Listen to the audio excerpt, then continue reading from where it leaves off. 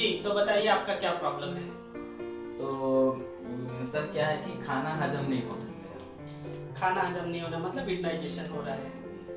तो और ब्लोटिंग हो रहा है, खाना खाने के बाद ऐसे आता है मुंह से डकार है।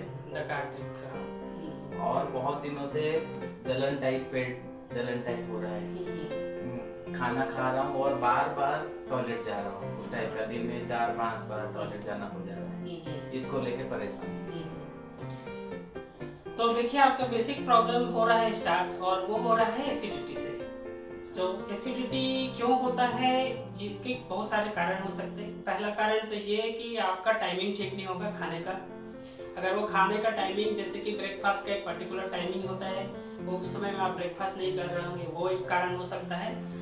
और अगर आप लंच का समय, अगर उसको आप लंच के टाइम में स्किप कर रहे होंगे, तो वो एक कारण हो सकता है। तो एसिडिटी का ये पहला कारण है। दूसरा तो ये कारण है कि आप शायद पानी कम पी रहे होंगे। पानी तो पी रहा हूँ जी। पानी दिन में 4-5 लीटर पानी पीता हूँ। ठीक है, तो 4-5 लीटर पानी पीना, क्वांटिटी आप मेंटेन कर रहे हैं, अच्छी बात है। लेकिन साथ साथ में उसके लिए आपको इंटरवल भी मेंटेन करना पड़ेगा। इंटरवल मतलब कभी कभी हम क्या करते हैं कि पानी पीने में ज्यादा गैप दे देते हैं, पर कभी कभी 5 घंटे 6 घंटे का गैप हो जाता है, और उस दौरान जो एसिड बनता है वो ज्यादा कॉन्सेंट्रेट हो जाता है, और वही एसिडिटी का कॉज बनता है। तो अगर आप हर घंटे, आधे घंटे, 1 घंटे में अगर पानी पी ले और आपको एसिडिटी हो भी गई है, तो वो एसिड डाइल्यूट हो जाएगा और आपको एसिडिटी का प्रॉब्लम नहीं होगा। तो ये दूसरा कारण है। जैसे कि सर मेरा पानी भी पीता हूँ सुबह उठ के 2 गिलास, फिर खाना खाता हूँ 11 बजे 10 बजे, फिर 1 गिलास, फिर 3 बजे कुछ खाता हूँ, फिर 1 गिलास, शाम को जब प्यास लगता है फिर रात को खाना खाने के बाद 2 गिलास पानी पीता हूँ। तो यहीं पे आपकी गड़बड़ी हो रही है। आपको क्या करना है कि सुबह जो उठते हैं तो 2 गिलास से 3 गिलास तो पानी पीना ही है, और उस पर भी ध्यान देना है कि वो पानी जो है आपका सामान्य टेम्परेचर का हो, नॉर्मल टेम्परेचर का हो। उसमें आपको गर्म करने की जरूरत नहीं है, ना ज्यादा ठंडा रखने की। सामान्य आपका जो शरीर का टेम्परेचर है, आपका जो बॉडी का टेम्परेचर है, उसके हिसाब से आपको उसका टेम्परेचर रखना है। 2 से 3 गिलास पीना है, 1 लीटर 2 लीटर नहीं जाना है। फिर उसके बाद में आपको हर आधे घंटे या 1 घंटे में आधा गिलास 1 गिलास पानी पीते रहना है। अगर आप ज्यादा गैप करेंगे तो जो भी एसिड बना है वो ज्यादा कॉन्सेंट्रेट हो जाएगा, और वो आपको नुकसान करेगा एसिडिटी के रूप में।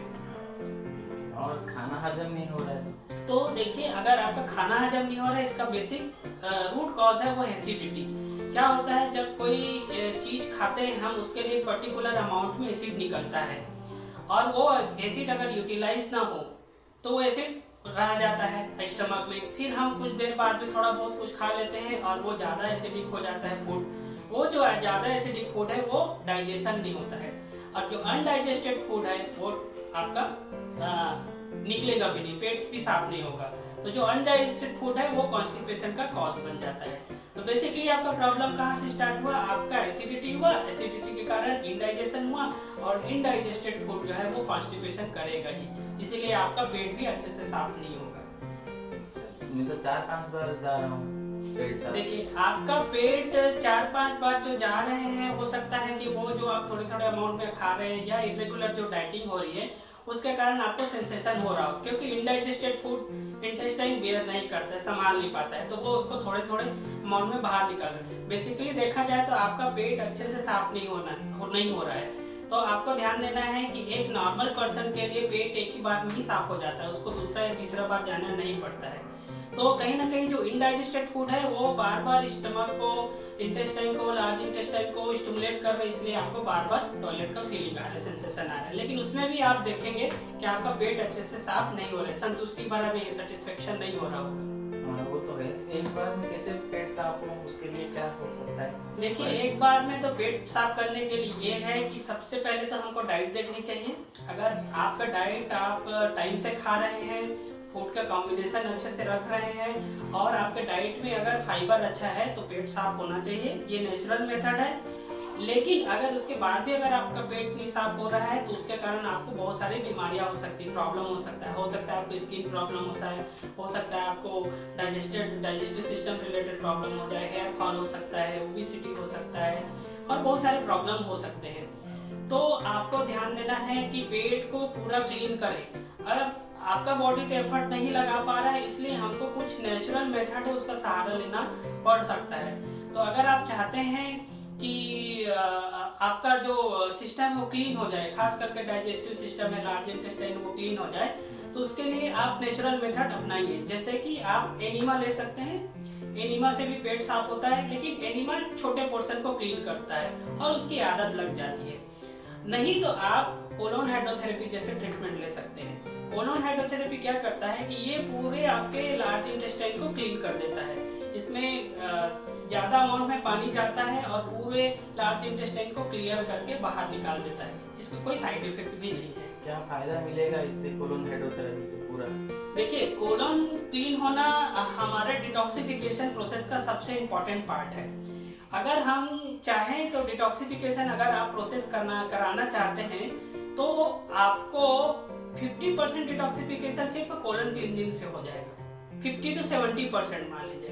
अगर 50 to 70% आपका डिटॉक्सिफिकेशन सिर्फ कोलन से हो जाएगा। अगर आपका पेट साफ हो रहा है समझ जाइए कि आपका 50 से लेके 70% तक के बॉडी का डिटॉक्सिफिकेशन हो गया।